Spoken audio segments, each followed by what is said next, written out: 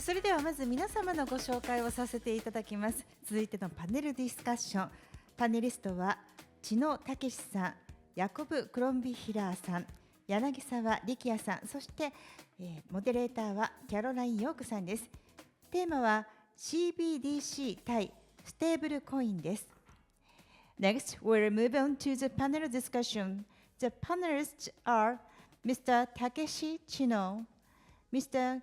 Jakob Kromhila, and Mr. Likia Yanagisawa, and the moderator is Caroline York. The theme of the discussion is CBDCs versus stablecoins.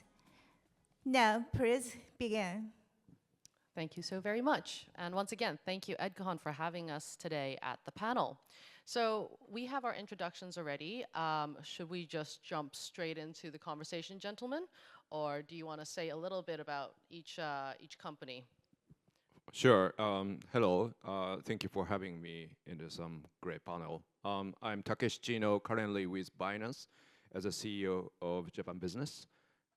Before that, I worked for another crypto exchange called Kraken, and then I was also the CEO of the Japan Business. I mainly came from TradFi, starting career at Tokyo Stock Exchange and worked for them more than like 10 years. Yeah, so my career is a kind of mixture between TradFi and Web3 finance. Fantastic. Thank you. Over to you, Jacob. A little bit of brief intro. Thank you very much. My name is Jacob, and I'm the founder and CEO of Clearpool. Clearpool is a on-chain private credit marketplace. We've been around for 4 years, and we've done about $900 million worth of loans. We're mainly focused on sourcing liquidity for stablecoin-enabled fintechs, mainly in the payment space. And my background is in Web2 and fintech, actually. Thank you for having me for today. And I'm Ricky, and I came from BitGo, and I'm the director and head of Japan for BitGo sales in Japan. And a little bit of my background. So I came from a bit different from those guys. So I came from the IT sectors, more of like Bloomberg. So I came a bit from the traditional finance, but now into the cryptos. Thank you so much for the introduction. And I'm Caroline York, your moderator for today. I'm the marketing director at Serotonin, which is a Web3 marketing agency. And we help exciting projects such as all those here on stage go to market. And one of the hottest topics right now I think, in the crypto sphere is actually stablecoins. We have the latest stablecoin regulation that came through, the current regulations, and I think Japan is going to come out with their first ever private stablecoin as well. So, considering that this is the current climate, this topic talks about a war between CBDC versus stablecoins. Do you see, and this question is open to all the gentlemen here on stage right now, do you see it as a zero-sum game where one must actually replace the other? Or do you think there's actually a hybrid coexistence that could happen? So maybe we start here with Takeshi-san. Yeah.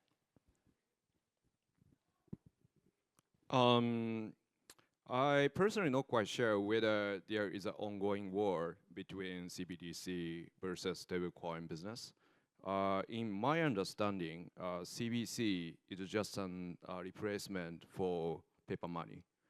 And mainly, I think, circulated among big banking institutions and also big corporations. But when it comes to retail business, I don't think central bank or government institutions have intention to kind of take a leadership in the retail business. Rather, they let just some private sector to do the business whatever they want. So I certainly predict there will be a coexistence of CBDC if central bank decided to issue, and also stablecoin, which is mainly issued by the private sector. Thank you for that. Now, Jacob, this question is ongoing for you as well. For a retail person, why would we choose to use a stablecoin versus a CBDC? Like, where are the use cases for either or of them, or are they mixed? Yeah. Are they the same? I think I think in general, right, we need to point out that currently it's not really a choice that most retail people have. Currently, the market is dominated by USDT and USDC, right? That's a fact, and I don't think as a retail person I'm giving it too much thought. You know, as a retail person, I choose whatever I can use on Binance, for example, right? So currently, the adoption is with private stablecoins, and you know, we actually see that probably there's going to be a lot more stablecoins coming out, right? We saw Amazon and Walmart are even considering launching their own stablecoin. I think all the big fintechs are probably going to launch their own stablecoin. I think PayPal already has one. Stripe is even launching their own chain. They already have one internally. So there's going to be a lot more stablecoins coming out, and I think even within those stablecoins, you know, now those stablecoins are regulated to a large extent, right? So, you know, you have a regulated stablecoin. You have like Tether just launched a American regulated stablecoin. So even within the stablecoin landscape, there's quite a lot of differences. And I would say, you know, in a way, I don't know, there's maybe a bit of a misconception that most stablecoins are completely permissionless, because, you know, also there you have regulatory oversight, you have programmability, you know, the issuers can basically freeze your funds, et cetera, et cetera. So you know, retail is going to use whatever is going to be the most adopted, most liquid, and the one with the most use cases. Currently, this is obviously private stablecoins, and also, you know, stablecoins that if you want to use DeFi, you need something that is on a public blockchain. I believe most CBDCs are intended to be on private blockchains. So there are those kind of use cases that aren't even open for the normal retail investors. So for now, there is basically just USDT and USDC for most retail users, except for some smaller ones. But that's the bulk of the offering. Perfect. Thank you for setting the scene. And I think as we pass it over to Ricky here, we will talk about then what is the real use case then for CBDCs? Where are we seeing the opportunity and maybe some of the challenges? What we can see from the CBDC is still like there are a lot of POCs going on, and only limited number of CBDCs in production at this moment. But what we see, like in the conceptual level, is the central banks and also government, what they want to use CBDC is more for the like keep having the control over the monetary policy. So when it comes to the stable coins, that's although like that's backed by the like the real asset, still if the government if they want to enforce the policies, then they have direct power if it comes to the CBDC. When it comes to the payments, actually, like I don't think will be a lot of the differences from the stablecoin and CBDC. But in case of the real use case, I think the stablecoins from the private sector, they can have much faster innovation, and also the more real use cases around the stablecoins. So still, I think the central banks, they need to look for how they can, you know, expand the usage, real usage within the sector for the CBDC. Okay, thank you for that. If we could just pass the mic all the way back to this side again. We're going to start on this end. So, Takeshi, we are now talking about, you know, from Binance's perspective, and I think Jacob laid a very good groundwork on that. Retailers are not given much choice. It's just whatever is currently on the exchange, right? But how do you see that evolving? You know, as these regulations are changing, we're also seeing different currency denominated type of stablecoins. What is your kind of, or Binance's kind of perspective and prediction for what will happen in this space? Well, it's very hard for us to predict everything happening in the future, obviously. But I think we should clearly state that our position should be neutral to any type of project. We don't champion one stablecoin or a particular project, you know, like over another project.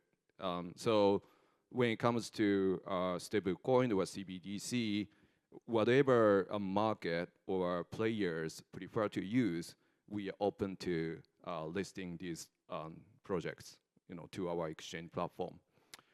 So obviously, Tether, USDC are more widely used at this moment, but we are quite not sure whether the regulatory changes or more political reasons or specific countries' initiative, there might be something new happening in the future. Then, as Binance, we are happy to accommodate any type of new offerings to accept these like new innovations.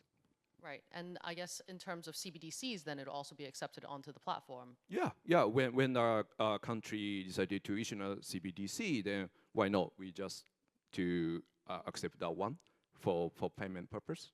But our stance is just let the market decide what kind of like currency, what kind of type of project they prefer to use. And what kind of insights are you seeing currently from the users, existing users, right? What kind of demand are you seeing for the stablecoin usage? So interestingly, like stable coins, I'm talking about stablecoin at this moment because no major countries have issued a CBDC yet.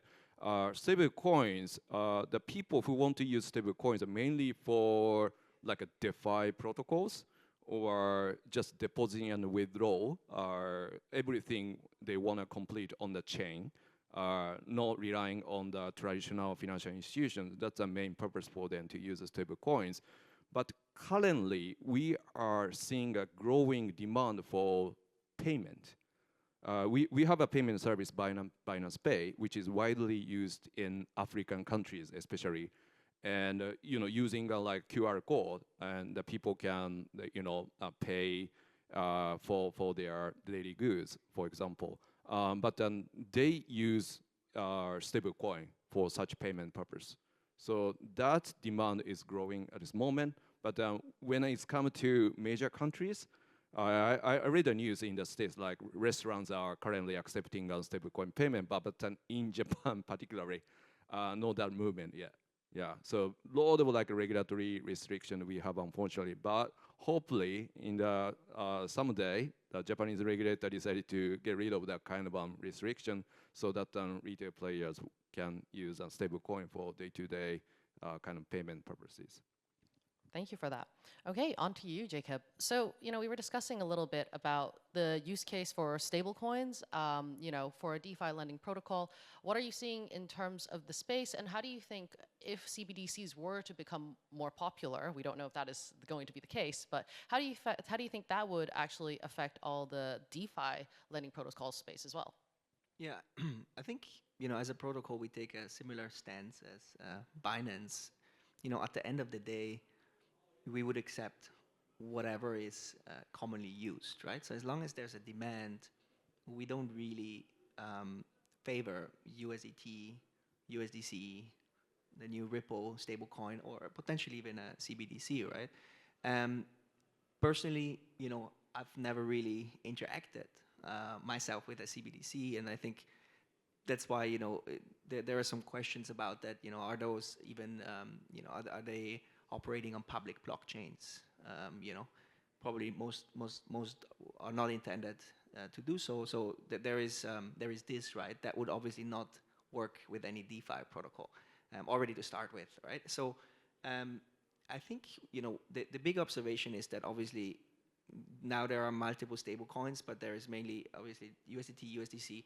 The dollar is the dominant currency, right? 99% plus is dollars, and and the U.S. already said that they basically clearly went with private stable coins, right? So in a way, judging from that, you would think that this battle, as you call it, for now it's definitely going into the direction of the private stable coins that are just going to grow further. And the dollar is obviously very powerful, right? There, as he mentioned, there is also emerging markets. They're using stable coins not just to transact and to pay, but also to hold. There's a positive correlation between countries with inflation and stablecoin usage. You just want to hold the dollar, and then you want to deposit it into dollar-denominated yield products versus your currency that devalues every single day. or year, right? And then for global trade and for trade, like the dollar really became the dominant currency. So I think, you know, I don't really see that changing.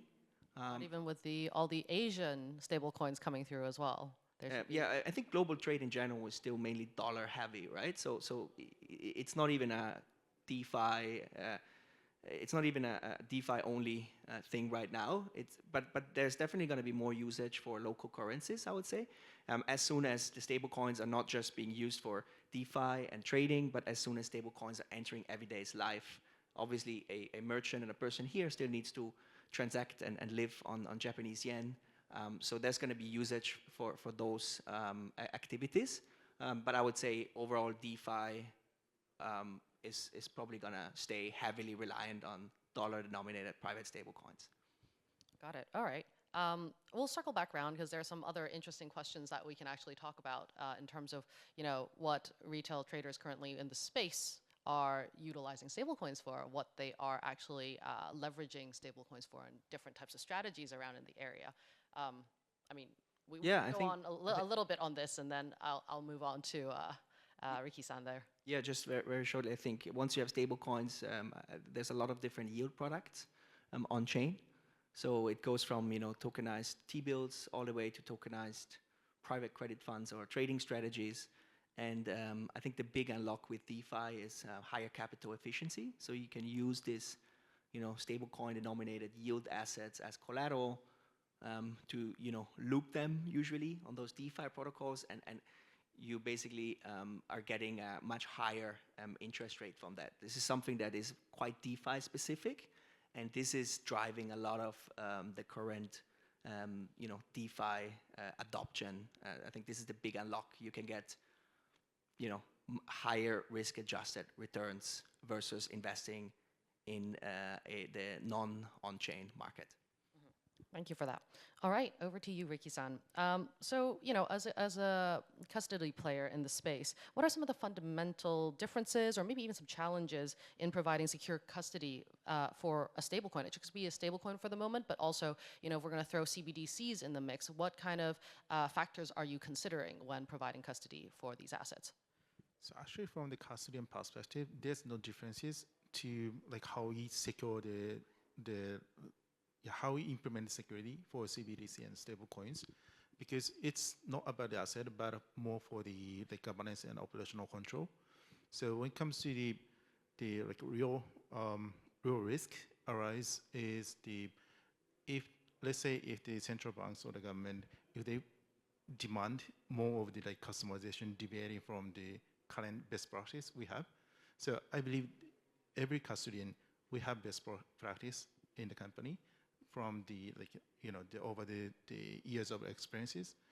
But if the clients, they demand to change it in terms of like governance or operational flow, then it can be the risk, because it's not something we consider as best practice. So depending on the regulations or the requirements, that can be the risk part as well. But other than that, like to, you know, the manage CBDC or stablecoins or even other cryptos, the essential point for the safeguard the asset, that's quite the same for any assets. So going into this conversation, because previously CBDC, central bank digital currencies, and I think with the Web3 ethos that we have here, privacy has always been of key concern, right? We haven't really touched on this topic yet. So in terms of privacy, are we looking at stablecoins as getting more and more similar to a CBDC as the regulations kind of come through? What are your opinions on this, on how to safeguard, you know, customer privacy, for example, when utilizing stablecoin assets or, I mean, CBDCs, so to say? Do you have thoughts on that one? So one thing I need to emphasize is as a custodian, we don't have any control over the client asset or the client data in a sense. So we cannot do anything on the client's privacy or the data related to privacy. But it's more of the control over the issuer side. So let's say if the issuer wants to embed the like phrasing asset or the mechanism to control over the asset when they issue the stablecoins or the CBDC, then those, those operations will be done by the issuers, not by the custodian. We are just safeguard to the asset, and we do the operation on behalf of them. So we don't do the proactive control over the client asset or the data. So I want to emphasize that again, the custodians, we don't, harm the client privacies, but more of it's the control by the central banks. Got it. I mean, this is a little bit of a question also for Binance on this side as well. How do we kind of balance privacy and sovereignty over your own data when all of this money that's become fully regulated, and also that you could be whitelisted or blacklisted upon using them as well? Yeah, that's a great question, and that is one of the hottest topics in the industry, I think. Yeah, so I think currently data privacy isn't a kind of big issue among regulators at this moment when it comes to a stablecoin regulation. Their main concern is over money laundering or kind of financing, kind of terrorism kind of thing. So we have travel rules which require license exchange to kind of require users to designate a destination of the fund, just like we have traditional banking institutions. We needed to designate where the fund is going to. The same rule has already been applied to cryptocurrency transfer in the major countries. And the stablecoin is not an exception from that travel rules. So we do need to comply, but it isn't like the government controls everything, every kind of funding flow of the private sector. But the CBDC, if the government or central bank wants to monitor and control the trading flow or funding flow, they can technically enable to do that, right? So I think as stable coins, I'm not quite sure whether the government try to control every single activity in the market, but I don't see that kind of move is happening now. But on the CBDC, they may want to do that kind of thing. So interestingly, because there are so many regulations coming out for stablecoin issuers, I think what we're seeing also is perhaps the stablecoin issuers are self-censoring themselves before even the government regulations come through. So they also act almost like a little bit like a CBDC in a way. Now, we had this really interesting conversation just over at lunch, and I actually want to learn a little bit more about your thoughts, perhaps over to yourself, Takeshi, and also Jacob and Riki. Would we be also seeing a rise of, we wouldn't really call it, this similar stable coins to like a USDT, right? Where the boundaries are a little bit more vague than a one-to-one peg. Would those you also see as people will still have that demand for it, right? Curious to hear your thoughts, if you guys have any. I perceive that less and less space for such kind of stable project to thrive in the market at this moment, given that the major countries' regulators are moving forward with regulatory kind of framework for stable coins, issuing and distributing businesses as well. So like Japanese financial agency, they once told me that they will never allow USDT to be circulated in this country, given that there are unclear kind of management or unclear investment while they try to be transparent. But for the regulators, they don't want to have such a kind of uncertain kind of operation in the regulated world. So I don't think there will be more that kind of project coming up in the market. There is certain risks associated. Jacob, what are your thoughts on this?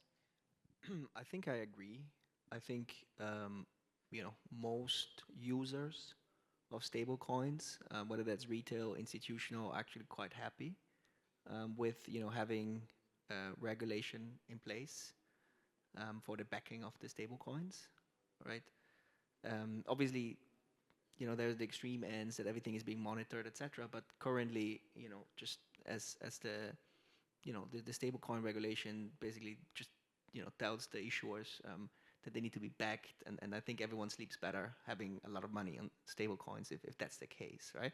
So while there will be always use cases for maybe something that is slightly less regulated, I do think that the biggest adoption is going to come from this regulated stablecoin, and it's going to go outside of, I would say, this it's a little bit like back in the days, I guess everyone really cared about to hold their own seed phrase, their own keys to their cryptocurrencies. But when you really go mainstream, the reality is probably most people, they don't wanna self custody. They don't wanna have the responsibility to not forget their seed phrase and potentially lose everything, right? And I think it's a little bit similar with money. Actually, having regulatory oversight, having clarity, having guarantees is a good thing, and especially as stablecoins are now moving away from just being a trading instrument to actually being the new financial rails, right, for payments, for basically everything, right? Stocks and bonds are probably going to come on chain as well. Everything's going to interact with stablecoins. As that grows, I would say we're going to move towards a more sort of like regulated path. Yeah. Yeah. So Ricky, I guess as we continue to round up this panel, the question here then would be, as Jacob was mentioning, there's more and more people who might actually give away certain types of sovereignty over data or sovereignty over anonymity for ease and convenience, right? And how does BitGo kind of play that role for the upcoming, I would say, the stablecoin wave that we're seeing happening? So as a BitGo, like we provide B2B mainly, but what we see in the market is even the high net worth individuals, what they're looking for is more of the custody. And that's not only for the ease of using the services, so that like as Jakob mentioned, like they don't want to forget or the passphrases, or they don't want to manage to do the self-custody. But it's more for what they're looking for is more security, and also the in a sense, insurance. So custody, like as a custody, we cannot do any instance. But when it happens something, like just in case, they can be assured or they can feel more comfortable if there's an insurance. So I believe all the custodians, we provide insurance, although like we have never had any insurance. But those individuals and also the B2B players, they look for the more secure way to having the assets, as well as to prepare for something happens in case. Yeah, and I think, as a custody player as well, there's definitely much more stringent guidelines on making sure that all these stablecoin issuers actually do have their one-to-one backed assets in hold. How are you guys monitoring this? What interesting new innovations have you guys got coming out? I'd love to hear a little bit about that. So for the BitGo, like we do support for the USD1, so which is the stablecoin security in the US. But what we provide is not only the custody, but also meeting planning and also treasury management, reserve management, those systems, so that we can ensure all their stablecoins works as planned or as designed, and we provide the security for the backed assets as well. Yeah, so I guess all in all, stablecoin issuers just have a lot more hurdles to go through, but it is for the safety of all the public adoption that's going to happen. We have 30 seconds left. If we could just quickly round up, one sentence on saying, what are you thinking that excites you the most within this stablecoin space in the coming 12 months? Let's start with you, Ricky. What would it be? for me, especially for Japan, so a lot of stable coins are in the project phase right now, and we see some banks proactively working on the stablecoin projects. So I expect we're going to see the JPY stablecoins coming in the future and circulate in the market. That would be exciting. To you, Jacob. Yeah, I think the fact that we now have real world use cases outside of crypto native adoption and trading is very exciting. Payment is the first big use case, but now that more and more people are holding stable coins, it will also be basically setting the basis for adoption of other tokenized RWAs, right? So you have any type of yield products, stocks, bonds, and who knows, in the future, other illiquid assets maybe also going to come on the blockchain. So I think we're at the very beginning, but it's going to accelerate very quickly. Fantastic. Takeshi. Yeah, just continuing from what Jacob said. So I think a stable coin will be having more severe competition among stable coins, and so like market selection phase is coming up. And that one will be going along with the tokenization of traditional financial assets. I think we will be having more traditional financial assets, bonds and equities. Everything can be tokenized and available on chain. And the stablecoin will be used for settlement of such tokenization activities. Thank you so much to all our panelists here. I guess the war for stablecoins versus CBDC might no longer actually be a war. So great harmonizing future ahead, and I wish you all the best for the coming afternoon. Thank you, everyone. Thank you. させていただきましょう。ディマ・グサコフさんです。We'd like to invite our next speaker, Mr. Dima Gusakov. Mr. Gusakov, the floor is yours.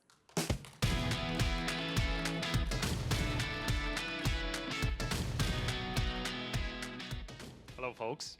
I'm super happy to be here.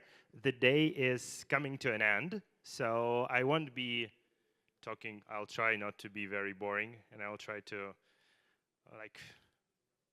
give a bit of enjoyment for you. So today we're going to be talking about the importance of building a community behind a brilliant product or a brilliant technology.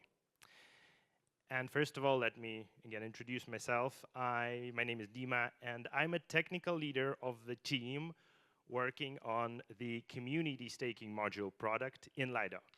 And you might have two questions. The first one, why do we have community in the name of the product? Are we so much about community?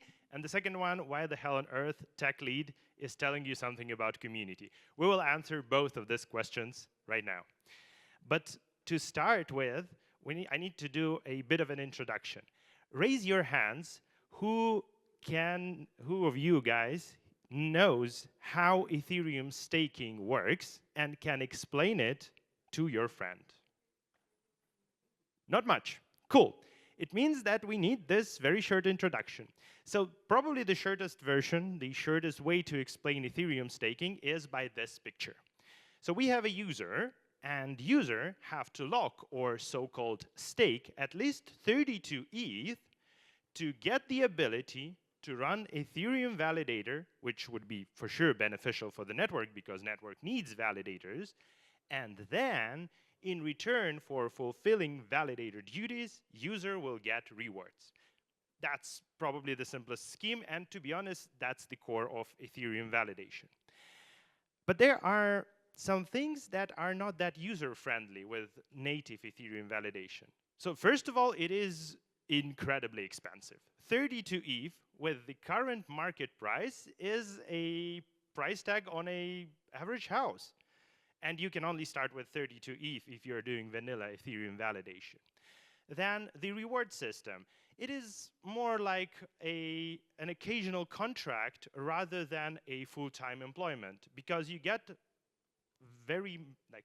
much more rewards for producing blocks or participating in the sync committee, and these duties are literally selected randomly. So you never know how much would you get this or that month running Ethereum validator. And there are few things that I won't be covering right now, but you should just know that the core idea of Ethereum staking is to make it secure, to make Ethereum secure.